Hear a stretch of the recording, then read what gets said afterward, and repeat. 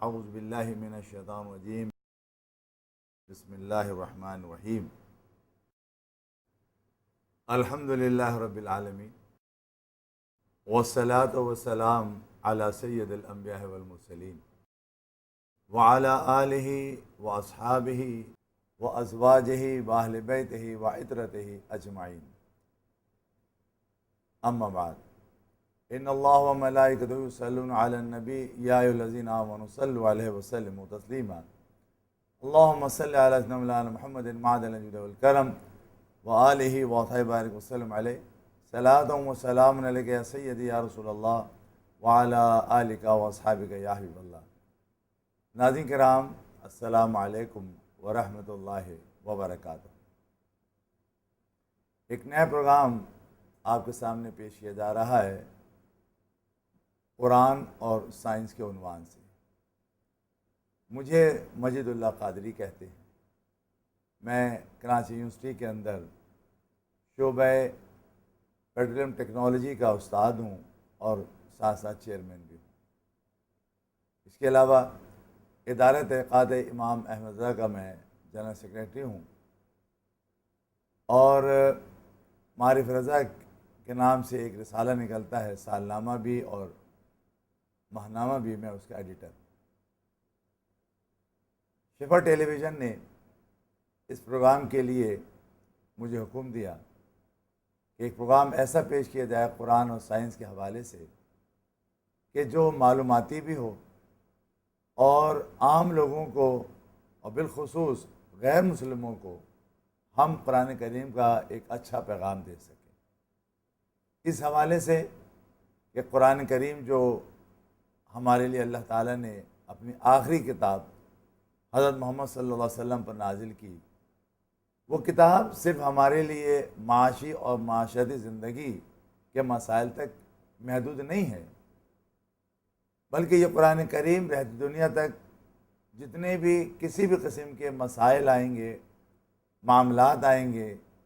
اصول آئیں گے، تحقیقات ہوں گی، ان سب کے اندر یہ مددگار و معاون ہے۔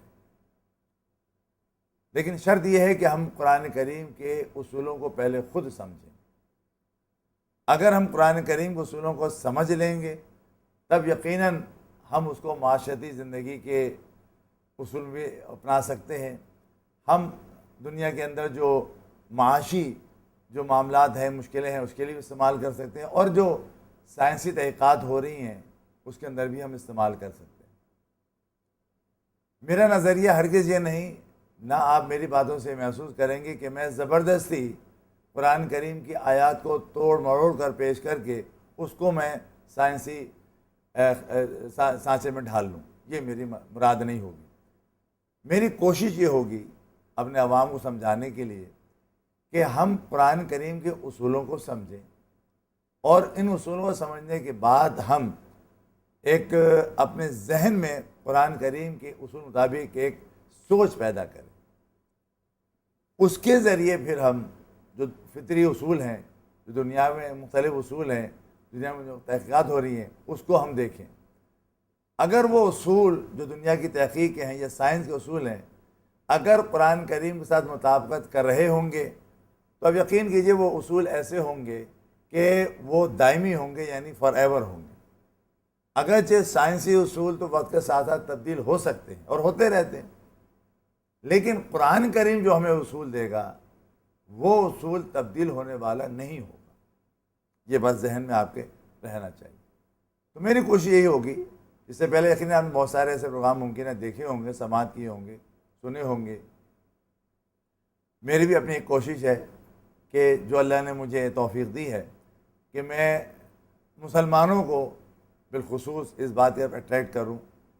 اور غیر مسلموں کو بھی اس بات کی طرف راغب کروں کہ جہاں وہ مختلف تحقیقات کر رہے ہیں، ہمارے دین اسلام کی جو بنیادی کتاب قرآن، اس کے اصول کو بھی سامنے رکھیں، اور اگر وہ سامنے رکھ کر تحقیق کریں گے تو ممکن ہے کہ وہ تحقیق جو ہے وہ ہمیشہ دائمی ہو جائے۔ تو شفا ٹیلی ویژن آپ کے لیے ایک پروگرام پیش کر رہا ہے۔ ممکن ہے کہ یہ 10 12 یا 15 ایپیسوڈ کا پروگرام ہو، ڈیپینڈ کرتا ہے کہ آپ کی دلچسپی کتنی ہے، کتنا اچھا فیڈ بیک آپ کا مل رہا ہے، اسی لحاظ سے ہم اس کو آگے لے کے چلیں گے۔ اور کوشش ہماری ہوگی کہ ہم پاور پوائنٹ کے ذریعے آپ کو سلائڈیں بھی دکھاتے رہیں گے، وقفے وقفے سے آپ دیکھیے گا،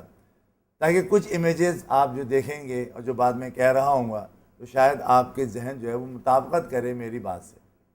ضروری نہیں ہے کہ جو میں کہہ رہا ہوں آپ اس کو من اور مان لیں، آپ بھی یقین اللہ نے آپ کو عقل دی ہے، تدبر تفکر کا آپ کو اللہ نے صلاحیت دی ہے، آپ سوچ وچار کر سکتے ہیں اور بھی دیکھ سکتے ہیں کہ میں کس حد تک اس بات میں کامیاب ہوا ہوں کہ قرآن اور سائنس کی تطبیق کروں اور قرآن کریم کا جو اصول ہے اس کو اپر ہینڈ رکھوں۔ اس سلسلے میں یہ پہلا پروگرام ہے، انٹروڈکٹری پروگرام ہے، جس کے اندر آپ کے سامنے میں نے گفتگو کی ہے، اور یہ پروگرام جو ہے وہ 20 منٹ کا تقریباً ہوگا، اور اس طریقے سے آپ کو مختلف ایپیسوڈ میں مختلف اس کا ایک عنوان دوں گا اس پروگرام کا، تاکہ اسی مطابق میں گفتگو کروں۔ آج میرا صرف عنوان یہ ہے کہ میں بتا سکوں کہ قرآن کریم کیسی کتاب ہے، قرآن کریم کے متعلق پچھلی کتابوں نے کیا کہا ہے، اور قرآن کریم پچھلی کتاب متعلق کیا کہتا ہے، اور کس طریقے سے اس بات کی تصدیق ہو کہ قرآن کریم ایک وہ کتاب ہے جو اللہ کی طرف سے نازل ہوئی ہے، اور اس کے اندر کسی بھی قسم کی کوئی انسان آج تک کوئی تبدیلی نہیں کر سکا۔ جو قرآن کریم 1400 سال پہلے ہمارے حضرت محمد صلی اللہ علیہ وسلم پر جو آخری نبی ہیں ان پر یہ آخری کتاب نازل ہوئی تھی، اس وقت سے لے کر صحابہ کرام نے تلاوت اس کی شروع کی، اور آج جو کوئی تلاوت کرتا ہے الحمد سے الناس تک اس کے اندر کوئی اب تک تبدیلی نہیں ہوئی ہے۔ یہ میں ثابت بھی کروں گا، اور اس سے بھی اندازہ آپ کریں گے کہ بھئی پھر قرآن کریم اور جو دیگر پرانی کتابیں ہیں توریت زبور انجیل، کیا وہ اپنی اصلی حالت میں ہے یا نہیں ہے۔ جب اصلی حالت میں نہیں ہے اور یہ قرآن کریم اصلی حالت میں ہے اور آج تک ہے، تو یقیناً پھر یہ ایک وہ کتاب ہے جس پر ہمیں یقین کرنا چاہیے، اور یقین کرنے کے بعد مطالعہ کرنا چاہیے، اور مطالعہ کرنے کے بعد لوگوں کو اس سے راہ دکھانا چاہیے۔ قرآن کریم کے متعلق اگر میں بہت ساری آیتیں ہیں جس کے اندر قرآن کریم کا حوالہ موجود ہوگا کہ قرآن کریم کیسی کتاب ہے، تو میں سب سے پہلے سورہ رحمان کی ایک ابتدائی 4 آیات ہیں وہ آپ کے سامنے سلائیڈ کی صورت میں پیش کر رہا ہوں، آپ دیکھ بھی سکتے ہیں، میں پڑھ بھی رہا ہوں کہ بسم اللہ الرحمن الرحیم، الرحمن علم القرآن خلق الانسان علمہ البیان۔ یعنی رحمان اللہ رب العزت کا اسم اعظم ہے، ویسے سارے جو اسم ہے اللہ تعالیٰ کو سارے اعظم ہے، اس لیے کہ اللہ اعظم ہے، لیکن بہرحال اسما کے اندر یہ کہا جاتا ہے کہ یہ اسم اعظم ہے، تو ہمارے مفسرین نے الرحمن کو رحیم کو اسم اعظم میں قرار دیا ہے۔ اس لحاظ سے ویسے تو اللہ تعالیٰ کا جو لفظ اللہ ہے یہ اسم ذات ہے، اور صفات کے اندر رحمان سب سے بڑی صفات بیان کی جاتی ہے، تو اللہ تعالیٰ نے اپنے قرآن کریم میں الرحمن کہہ کے بھی کئی جگہ پکارا ہے۔ تو رحمان وہ ہے جس نے اپنے محبوب قرآن سکھایا۔ تو یہ قرآن کوئی غیر انسان سامنے پیش نہیں کر رہا ہے، بلکہ اللہ کا نبی جو محمد صلی اللہ علیہ وسلم ہے، جن پر کتاب نازل ہوئی، اللہ تعالیٰ نے ان کو قرآن سکھایا، اور پھر وہ قرآن سیکھنے کے بعد اللہ تعالیٰ سے نبی کریم صلی اللہ علیہ وسلم جو ہے وہ صحابہ کے سامنے قرآن کو پیش کرتے تھے۔ یہ طریقہ کار ہوتا تھا، تو اس کو ہم کہتے ہیں کہ وحی کے ذریعے نازل ہوا، چاہے جبریل امین لے کر آئے، چاہے اللہ تعالیٰ نے ڈائریکٹ ان کو قلب پر القاء کیا، اور جو کچھ بھی اللہ نے سکھایا یا جبریل امین کے ذریعے وہ قرآن کی تعلیمات پہنچائی، حضور نبی کریم صلی اللہ علیہ وسلم جو ہے لوگوں کو سکھاتے ہیں۔ تو رحمان وہ جس نے اپنے محبوب کو قرآن سکھایا، اور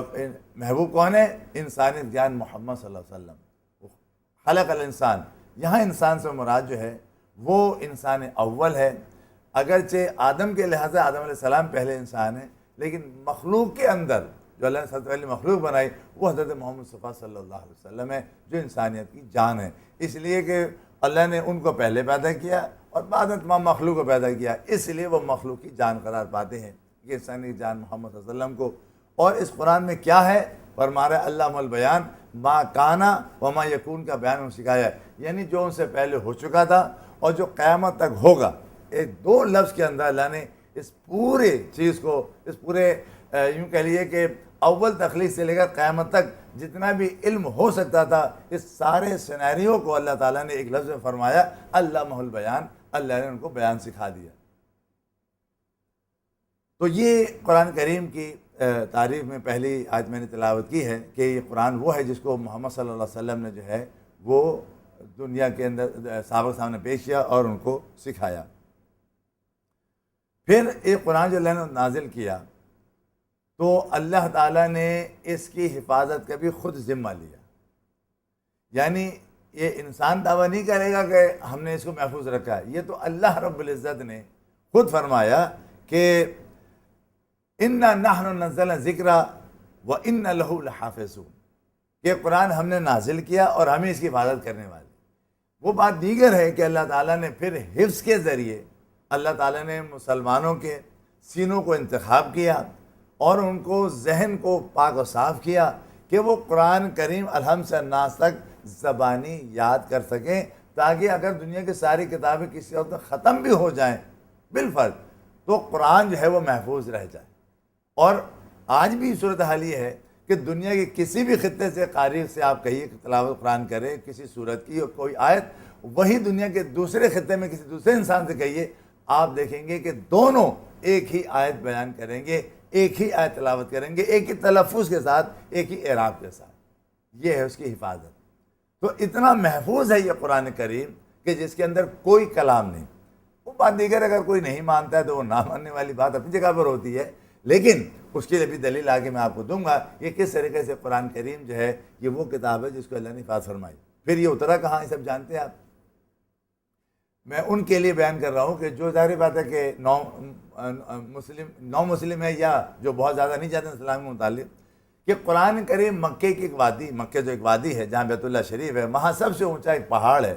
اس کا اندر ایک کیو ہے، غار ہے۔ اس غار میں نبی کریم صلی اللہ علیہ وسلم اپنی عمر کے 40 جو سال مکمل ہو رہے تھے اس زمانے میں کثرت سے وہاں جاتے اور عبادت کرتے اکیلے۔ وہ پورا غار جو ہے سب سے اونچی ہائٹ پر ہے، یعنی اس مکے کی جو وادی ہے، مختلف پہاڑ آپ گئے ہوں گے دیکھیں گے، مختلف چوٹیاں ہیں پہاڑوں کی، سب سے جو بلند چوٹی ہے اس پر یہ غار ہرا ہے۔ اس بلند چوٹی پر یہ بلند کتاب جبریل کے ذریعے اتاری گئی، اور جب پہلی دفعہ وحی آئی جبریل لے کر آئے تو جبریل نے کیا کہا آپ کو معلوم ہے؟ یہ ایک قسم کی اوپننگ تھی قرآن کریم کی، ایک قسم کی اوپننگ تھی نبی کریم صلی اللہ علیہ وسلم کے لیے کہ آپ بعثت کا اعلان فرما دیے، اقرا، آپ پڑھیے، پڑھنا شروع کر دیجیے۔ یعنی ایک قسم کا اوت وہاں پر لیا گیا، یا ایک قسم کی ان کو کہا گیا کہ اب آپ اپنا کام شروع کر دیجیے۔ تو اقرا وہاں پر آیا، اقرا بسم ربک الذی خلق، خلق الانسان من علق، کہ آپ اپنے رب کے نام سے پڑھیے جس نے پیدا کیا آدمی کو خون کی پھٹک سے بنایا، یعنی انسان جو بنا ہے اس کی یہاں پر فوراً ہی پہلی وحی کے اندر بات بتائی جا رہی ہے کہ آپ بتا دیے کہ اللہ تعالیٰ نے انسان کو کس طریقے سے پیدا کیا۔ تخلیق انسان حضور نبی کریم صلی اللہ علیہ وسلم پہلی وحی میں بیان فرما رہے۔ اس کے بعد قرآن کریم میں 6666 آیات ہیں، 6666 ورسز ہیں قرآن کریم۔ یہ ورسز ہیں، ان کے اندر آپ پہلے الحمد سے لے کر آخر تک پڑھتے جائیے، کوئی کنٹرڈکشن نہیں ہے۔ یہاں پر آپ کو کیسا نہیں لگا کہ یہاں پہ کچھ اور بیان ہو وہاں کچھ اور بیان ہو۔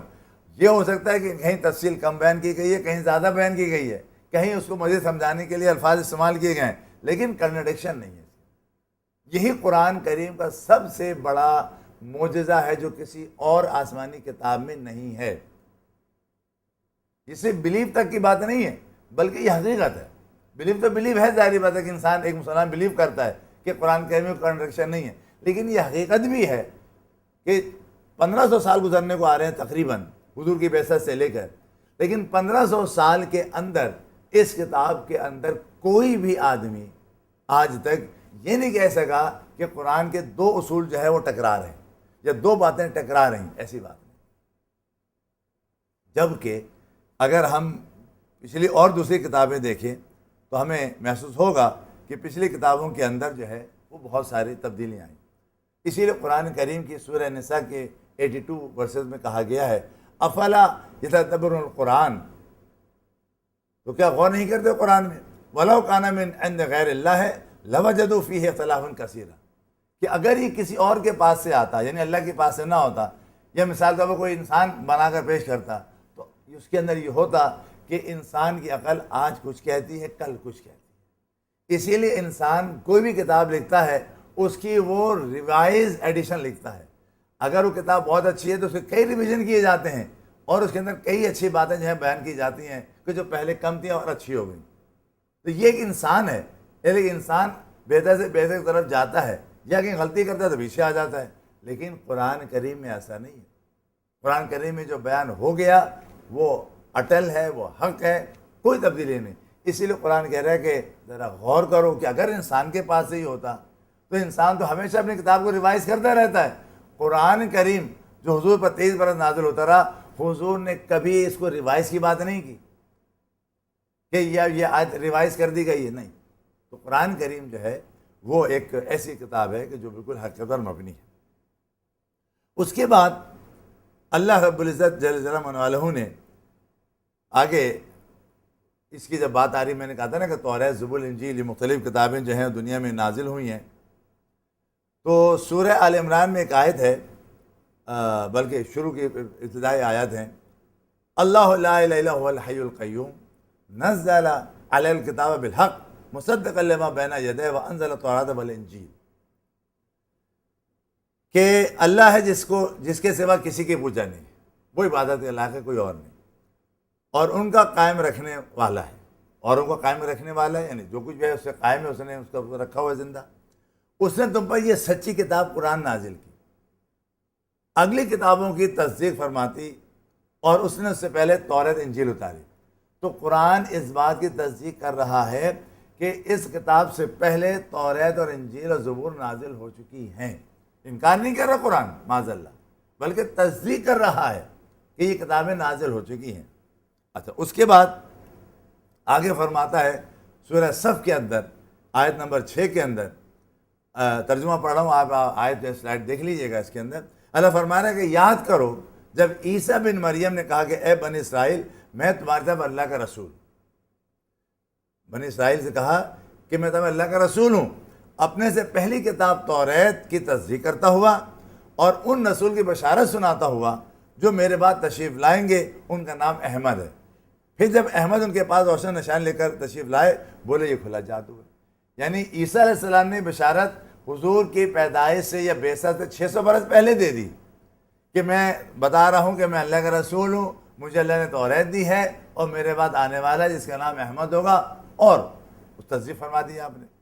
تو اب وہ عیسیٰ علیہ السلام جو آخری نبی ہیں، وہ حضور کی بعثت، حضور کی نزول کا، حضور کی بعثت کا، حضور کا آنے کا لوگوں کو بتا رہے ہیں کہ وہ آئیں گے اور ان کا نام احمد ہوگا. لوگ مانتے بھی رہے حضور کی آمد سے پہلے، حضور کی پیدائش سے پہلے، حضور کی بعثت سے پہلے تک تمام جو عیسائی اور یہودی علماء تھے وہ مانتے رہے کہ آنے کے بعد آنے والا جو ہے وہ محمد ہوگا. لیکن جب محمد صلی اللہ علیہ وسلم تشریف لے آئے اور لانے کے بعد اعلان کیا کہ میں وہی احمد ہوں، میں وہی محمد ہوں جس کی بشارت اس طرح دی تھی، تو سب کے سب منکر ہو گئے. میں اپیل کر رہا ہوں اور دعوت دے رہا ہوں ان تمام جتنے بھی یہود و نصارہ کے اسکالرز ہیں، وہ اس بات پر قرآن کریم کی ذرا غور کریں کہ یہ بات کہاں تک درست ہے. اب میں ایک ایسی دلیل دے رہا ہوں کہ جو آپ انکار نہیں کر سکیں گے. مثلا دا ویبسٹائر فیملی انسائکلوپیڈیا آپ دیکھیے، اس کے والیوم 10 پیج 237 پر یہ بات لکھی ہوئی ہے. یہ ہم نے نہیں لکھی، یہ مسلمانوں نے لکھی. ذرا سا غور کیجئے گا آپ اس بات پر. میں ان اسکالر کو دعوت دے رہا ہوں کہ یہ ہم نے نہیں لکھی، آپ کا انسائکلوپیڈیا لکھ رہا ہے. Yet there is no doubt that the Quran of today is substantially same as it came from Prophet.